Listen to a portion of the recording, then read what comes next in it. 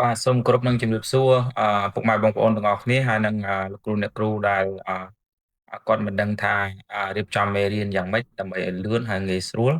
អញ្ចឹងនៅក្នុងវីដេអូនេះខ្ញុំនឹងចែករំលែកពីការសរសេរប្រមក៏ដូចជាការបង្កើត slide ងាយៗដើម្បីជាការជួយដល់ការបង្រៀនរបស់យើងបាទអញ្ចឹងខ្ញុំមានព្រមច្រើនផ្សេងៗគ្នាហើយខ្ញុំប្រាប់ពីរបៀបក្នុងការបង្កើតដោយប្រើប្រាស់ AI បូកជាមួយនឹង Google Slide បាទអញ្ចឹង AI Gemini ហើយនិង Google Slide បាទអញ្ចឹងនេះគឺជា master prompt មាន prompt goal របស់យើងដែលសម្រាប់បញ្ជាដើម្បីបង្កើតហ្នឹងអញ្ចឹងខ្ញុំមានច្រើនតោះអញ្ចឹងកុំឲ្យខាតពេកយើងចូលទាំងអស់គ្នាអញ្ចឹងដើម្បីបង្កើតបានអ្នកនរគ្នាចូលទៅក្នុង browser មកហើយវាយពាក្យថា Google Slide បាទអញ្ចឹងចូលទៅក្នុង Google Slide ហ្នឹងយើងចុច Google Slide ហ្នឹងមកអញ្ចឹងនៅពេលដែលយើងចូល Google Slide ហ្នឹងហើយនៅក្នុង Google Slide ហ្នឹងវាមានទាមទារឲ្យ account Gmail ហ្នឹងខ្ញុំមិនបាច់ចាំប្រាប់ទេដោយសារតែហ្នឹងវាជាខ្ញុំជឿជាក់ថាអ្នកនរគ្នាមានហើយអញ្ចឹងយើងចូលទៅក្នុង slide ទី1នេះគេហៅ generate presentation យើងចុចអាហ្នឹងមកបាទអញ្ចឹងនៅក្នុងនេះgenerate presentation នេះខ្ញុំចង់បញ្ជាក់ប្រាប់អ្នកនរគ្នាទៀតគឺក្នុងនេះគឺយើងប្រើ AI ដើម្បីជួយក្នុងការgenerate នេះបាទមើល logo នៅខាងស្ដាំដៃនេះបាទ ask AI to generate អញ្ចឹងlogo នេះគឺជា logo របស់ Gemini ចឹងនៅក្នុងការ generate បានយើងមានពីររបៀបទី1យើងអឺមាន file ឬក៏មេរៀនស្រាប់ហើយទី2យើងអាចcopy មេរៀនពីណាយកមកដាក់ក៏បានដែរបាទអញ្ចឹងឥឡូវយើងចាប់ផ្ដើមមើលទាំងអស់គ្នានៅខាងស្ដាំដៃនេះគេមានពាក្យថា presentation អញ្ចឹងយើងធ្វើការ add file មកអញ្ចឹងជាទូទៅ file នៅក្នុងនេះគឺគេភ្ជាប់ជាមួយនឹងនេះតែម្ដងគេភ្ជាប់ជាមួយនឹងdrive របស់យើងបាទគេភ្ជាប់នឹង drive អញ្ចឹងអ្នកនរគ្នាគ្រាន់តែនេះត្រូវតែ upload ចូលទៅក្នុង drive ទៅឥឡូវខ្ញុំ upload ហើយខ្ញុំយកមេរៀនគំរូថ្នាក់វិទ្យាសាស្ត្រឲ្យមើលអញ្ចឹងខ្ញុំចុចទៅការ add ហ្នឹងទៅអញ្ចឹងយើង add មកនេះមានន័យថា file PDF ដែលយើងបាន upload ចូលទៅក្នុង drive ហ្នឹងគឺវាចូលទៅក្នុងហ្នឹងស្រេចហើយអញ្ចឹងអ្វីដែលយើងត្រូវធ្វើគឺយើងត្រូវសរសេរ prompt បញ្ជាដើម្បីយកមេរៀនហ្នឹងមកបង្កើតទៅធ្វើជា slide បាទអញ្ចឹងខ្ញុំទៅយក prompt របស់ខ្ញុំអញ្ចឹងនៅក្នុង prompt នេះគឺខ្ញុំនឹងតម្លាក់ឲ្យដូចគ្នាបើសិនជានេះយើងអាចយកទៅកែនិងរៀបទៅតាមការចង់បានរបស់យើងទៅអញ្ចឹងឥឡូវយើងអាន prompt យើងតិចអញ្ចឹងprompt គឺបង្កើត Google Slide សម្រាប់បង្រៀនសិស្សថ្នាក់ទីប្រមាណទី6អញ្ចឹងខ្ញុំដាក់ថ្នាក់ទី6លើប្រធានបទជំពូកទីប៉ុន្មានជំពូកទី1មេរៀនទី1ហើយយើងដាក់ចំណងជើងមេរៀនយើងមកណាការសម្របខ្លួនជាមួយនឹងរុក្ខជាតិបាទអញ្ចឹងគឺចំណងជើងមេរៀនហ្នឹងគឺអញ្ចឹងនៅក្នុងជំពូកទី1មេរៀនទី1តមកព័ត៌មានអញ្ចឹងព័ត៌មានដែលយើងត្រូវប្រាប់ChatGPT សំទោសGemini ហ្នឹងដើម្បីឲ្យវាដឹងថាយើងត្រូវធ្វើអីគេទៀតអញ្ចឹងទី1គឺមុខវិជ្ជាគឺខ្ញុំដាក់វិទ្យាសាស្ត្រហើយរយៈពេលបង្រៀនគឺខ្ញុំដាក់60នាទី1ម៉ោងហើយចំនួនសិស្សខ្ញុំដាក់25ជាទូទៅស្តង់ដាររបស់ថ្នាក់រៀន25ហើយសិស្សអាចនឹងមានលើសហ្នឹងអញ្ចឹងនៅក្នុងនេះគឺមានកម្រិតទៀតចាមានកម្រិតមានន័យថាកម្រិតមធ្យមកម្រិតទាបហើយនិងកម្រិតល្អអញ្ចឹងវាអាស្រ័យទៅលើកម្រិតសមត្ថភាពរបស់សិស្សជាក់ស្ដែងដែលយើងកំពុងបង្រៀនហ្នឹងភាសាដែលយើងប្រើប្រាស់យើងអាចមានភាសាខ្មែរភាសាអង់គ្លេស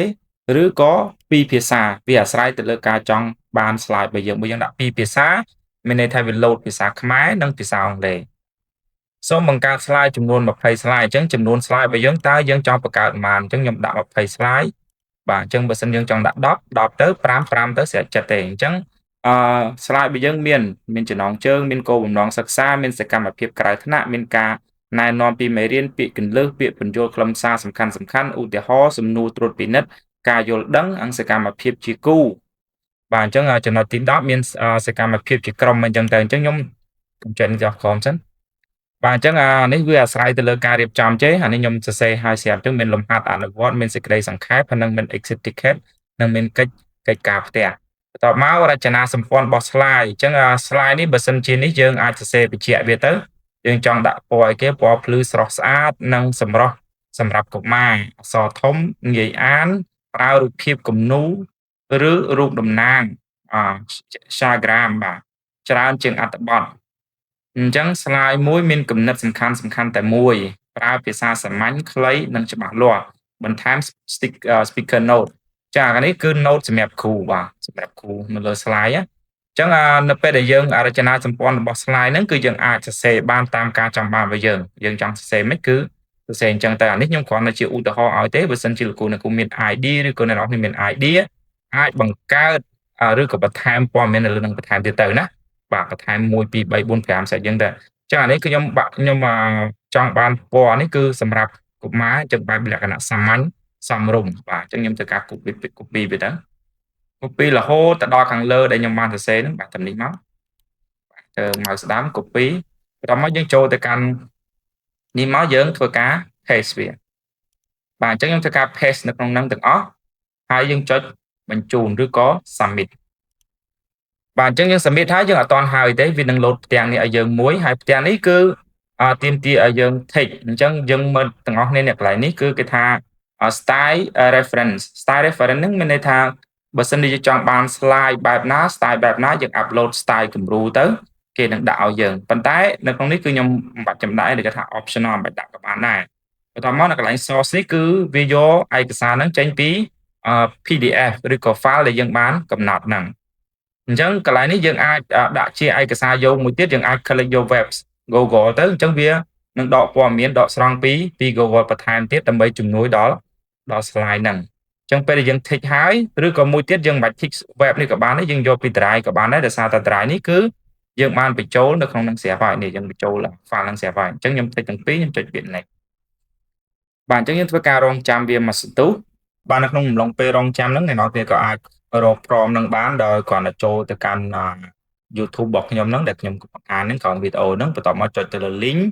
បាទចុចទៅលើ link ខាងក្រោមដែលខ្ញុំបានដាក់ហ្នឹងបន្ទាប់មកវានឹងនាំអ្នកនរគ្នាទៅកាន់វីដេអូហ្នឹងហើយបន្ទាប់មកវីដេអូហ្នឹងគឺ link ជាមួយ website ដូច្នេះហើយអ្នកនរគ្នាគ្រាន់តែចុច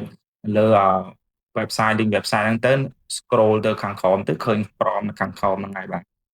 អញ្ចឹងឥឡូវវាហើយមកតង់ទៀតហើយវាហើយមកតង់ទៀតអញ្ចឹងយើងគ្រាន់តែធ្វើការចុចជ្រើសរើសមកតង់ទៀតវានឹងរួចជាស្រេចគេហៅយើងជ្រើសរើសកម្រិត density ព័ត៌មាននៃ slide អញ្ចឹងវាដាក់3ទី1ស៊ីជម្រៅទី2ល្មមសមរម្យឬក៏ចំណុចជាមួយនឹងបរិបទគ្រប់គ្រងអញ្ចឹងទៅខ្លីខ្លឹមផ្ដោតលើតែចំណុចសំខាន់អញ្ចឹងវាមាន3ហ្នឹងអញ្ចឹងខ្ញុំយកចំណុចកណ្ដាលចង់យកឲ្យលើក៏បានអាក្រោមក៏បានវាអាស្រ័យទៅលើអ្នកគ្រូចង់បរៀនបែបស៊ីជម្រៅប៉ុណ្ណាអញ្ចឹងណាអញ្ចឹងទី2គេហៅគោលដៅចម្បងនៃមេរៀននេះអញ្ចឹងយើងធ្វើ select ទាំងអស់មកដោយថាយើងចង់ឲ្យកូនសិស្សនឹងវាចេះទាំងអស់បន្ទាប់មកជ្រើសរើសរចនាសម្ព័ន្ធពណ៌រូបភាពច្បាស់អញ្ចឹងពណ៌បៃតងធម្មជាតិប្រែបែបស្រស់ស្រាយបាទពន្លឺភ្លឺស្វាងចម្រុះពណ៌បែបកុមារបាទអញ្ចឹងវាមានបើយើងបរៀនបែបមនុស្សធំយើងដាក់មនុស្សធំទៅបើបែបកុមារយើងយកបែបលក្ខណៈពណ៌ចម្រុះអញ្ចឹងទៅបាទអញ្ចឹងខ្ញុំយកកដាលដូចគ្នាអញ្ចឹងកន្លែងនេះគេឲ្យ tick តែមួយទេបន្ទាប់មកយើងចុច next អញ្ចឹងពេលដែលយើងចុច next ហើយយើងធ្វើការរងចាំវាបន្តទៀតបាទធ្វើការរងចាំវាមកតង់ទៀតវានឹងរៀបចំឲ្យយើងបាទឥឡូវយើងបាន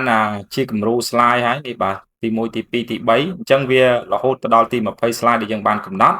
អញ្ចឹងពេលដែលយើងត្រួតពិនិត្យមើលទៅថាអានឹងវាត្រឹមត្រូវហើយសម្រាប់អ្វីដែលយើងចង់បានមកមេរៀនហ្នឹងហើយយើងគ្រាន់តែចុច approve បាទហើយធ្វើការរងចាំវានឹងរៀប slide ឲ្យយើងតែម្ដងបាទបន្ទាប់ពីការរងចាំឥឡូវយើងបានលទ្ធផលហើយបងប្អូននេះគឺជាលទ្ធផល slide ចំនួន20 slide ដែលយើងបានកំណត់នៅក្នុងព្រមរបស់យើង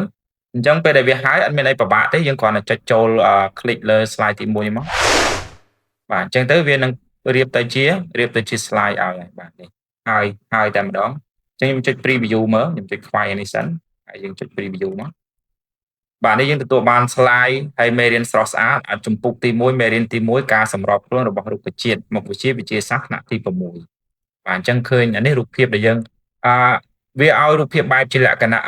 គំនូរអញ្ចឹងដោយសារតែខ្ញុំកំណត់បើវាជាគំនូរអញ្ចឹងបើសិនជាយើងចង់បានរូបភាពបែបលក្ខណៈច្បាស់ពិតប្រាកដយើងសរសេរប្រាប់បញ្ជាក់វាទៅដូរកន្លែងខ្ញុំគំនូរទៅជារូបពិតអញ្ចឹងទៅគេនឹងឲ្យហើយបាទអញ្ចឹងវាមានសំណួរកម្ដៅអញ្ចឹងទៅកម្ដៅថ្នាក់មានថាគេហៅ warm up ណាសំណួរគេសួរអញ្ចឹងទៅអញ្ចឹងគេមានរូបភាពឲ្យយើងមើលសម្រាប់លក្ខណៈកូនក្មេង primary អញ្ចឹងគេមានអក្សរមានអីមានសំណួរមានអីអញ្ចឹងណាបាទនេះមានចម្រោករបស់រុក្ខជាតិមានអីខ្លះណាអញ្ចឹងមានពាក្យគ្រឹះមានអីអញ្ចឹងទៅបាទភ្នាក់ងារពង្រាយក្របរុក្ខជាតិអីអញ្ចឹងមានរូបសត្វខ្យល់និងចរន្តទឹកអីអញ្ចឹងទៅបាទអញ្ចឹងហ្នឹងគឺហ្នឹង slide នេះគឺរៀបចំមកស្អាតហ្មងបាទតែយើងអាចយកទៅកែ font អីតិចតួចទៅតម្លើងឲ្យវាធំជាងហ្នឹងទៅឬក៏ design អីយ៉ាងនេះទៅថែមរូបភាពអីគឺស្អាតចិត្តបាទនេះគឺ20 slide បើវាមានសំណួរអញ្ចឹងអាអក្សរកន្លែងខ្លះវាអត់សូវច្បាស់យើងអាចដូរពណ៌វាទៅបាទនេះហើយខ្ញុំគិតថាវាស្អាតដែរសម្រាប់រៀបចំបែបនេះប៉ុណ្នេះហើយយើងចំណាយពេលអង្គុយរៀបចំខ្លួនឯងវាយូរបាទអញ្ចឹងសាមញ្ញហើយងាយស្រួល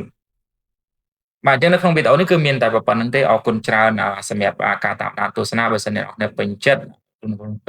កុំភ្លេចជួយចុចចែករំលែកវីដេអូហ្នឹងហើយដូចដែលខ្ញុំបានប្រាប់នៅខាងដើមវីដេអូអញ្ចឹងក្រោមខ្ញុំនឹងដាក់នៅក្រោមវីដេអូប៉ុន្តែនៅក្នុង website របស់ខ្ញុំគ្រាន់តែចុចតាម link ខាងក្រោមហ្នឹងទៅយើងនឹងទទួលបានវី